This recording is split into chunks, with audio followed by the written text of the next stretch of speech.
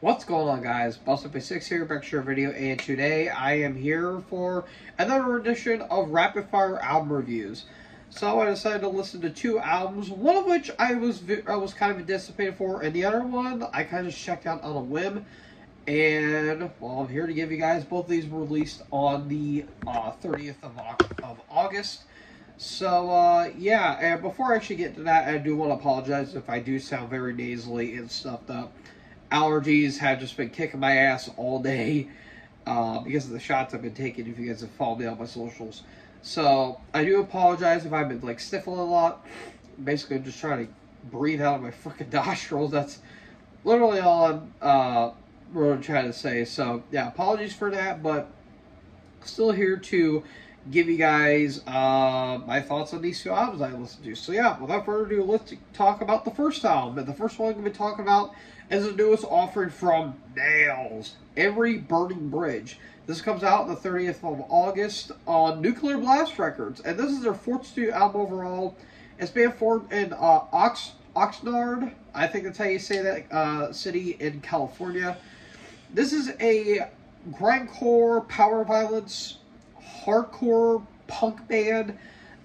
It's a little, I wouldn't say hard, but it's a little unique to just characterize this band as just one genre. But all I can say, holy titties, this band is full of anger, piss and vinegar, and everything that you come to characterize with grindcore power violence. Lots of Nausea vibes, lots of Napalm Death vibes, lots of Rotten Sound, Extreme Noise Terror, just all that fun stuff. We kick off with the opening track, Imposing Will. A little noisy at first, but it's this like blasty, deeby, groovy bridge, and that's like the first three tracks. That Punishment Map on the title track, just insane in your face grind. Short, sweet to the point songs, less than a minute, and all that fun stuff. And then we get to, that kind of gets off on the entire album as well, especially on like Dehumanized, Made Up in Your Own Mind, and I Can't Turn It Off, which I don't know if you can turn off the anger on this album, because the anger is like up to here when it comes to the aggression. But it's just, again, raw in your face. I love the production on this album. The production's really, really, really damn good. And the vocals are just feral on this album. This dude sounds pissed off. Even if you smile and say something nice, he would still be pissed off at you just because you smiled and said something nice to him. But there were some kind of different elements I kind of caught on this album. There's more some like thrashier moments, like Give Me the Painkiller and Trapped in particular. Like Give Me the Painkiller is almost a speed metal track, which is kind of interesting. Like a more kind of a more aggressive Exodus and maybe a more aggressive Slayer track, which I think is really nice.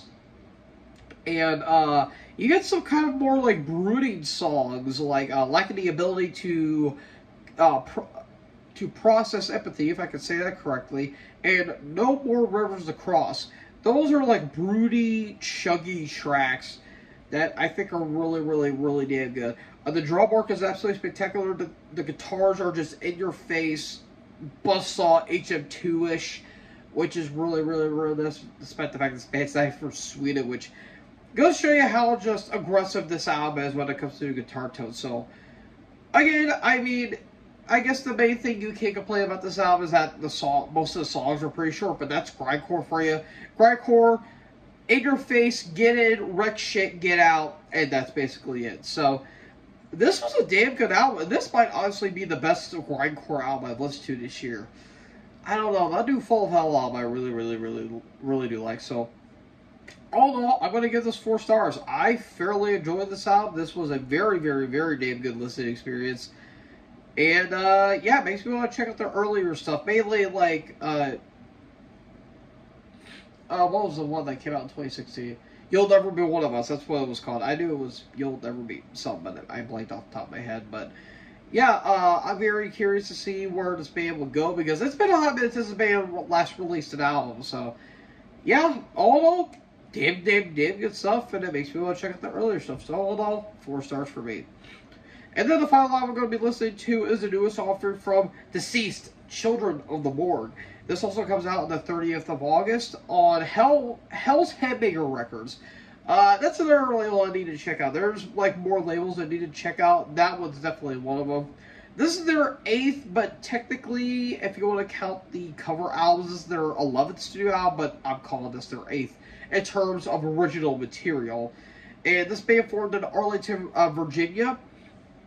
And from what they were labeled on Metal Archives, this is a death thrash act, but that's not really on this album. This is more, well, it has a thrashier moments and a little bit of a death metal flavor to it. But this is more characterized as classic heavy metal, speed metal, like new wave of British heavy metal, in a way, which I'll get to with the opening track, Destination Morgue.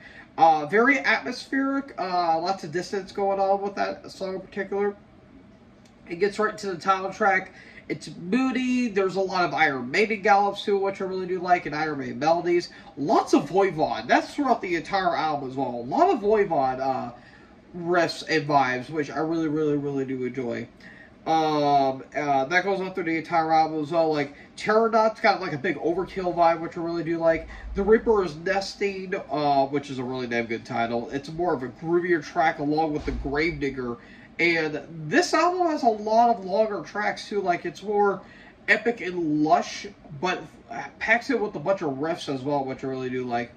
More like groovier moments, like Fed to Mother Earth, and especially Broody Lament.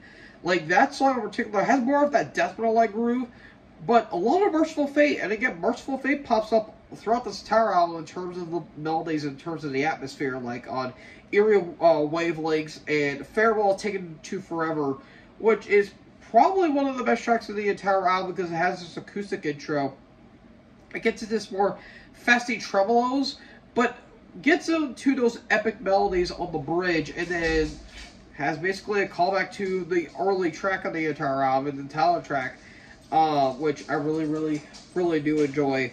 The one thing I can't complain about this album for is that it's a bit long. It's 55 minutes, and there's 4 interludes where the first one, Destination Morgue, that adds up, that builds up to the title track.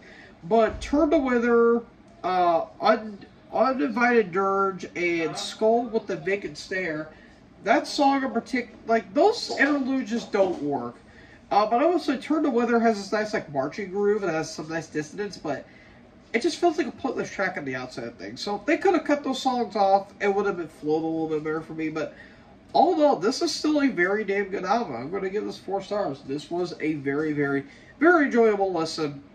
And who knows, it might be on my end of the year list. So, yeah, 4 stars for me. 4 stars across the board with these 2 albums.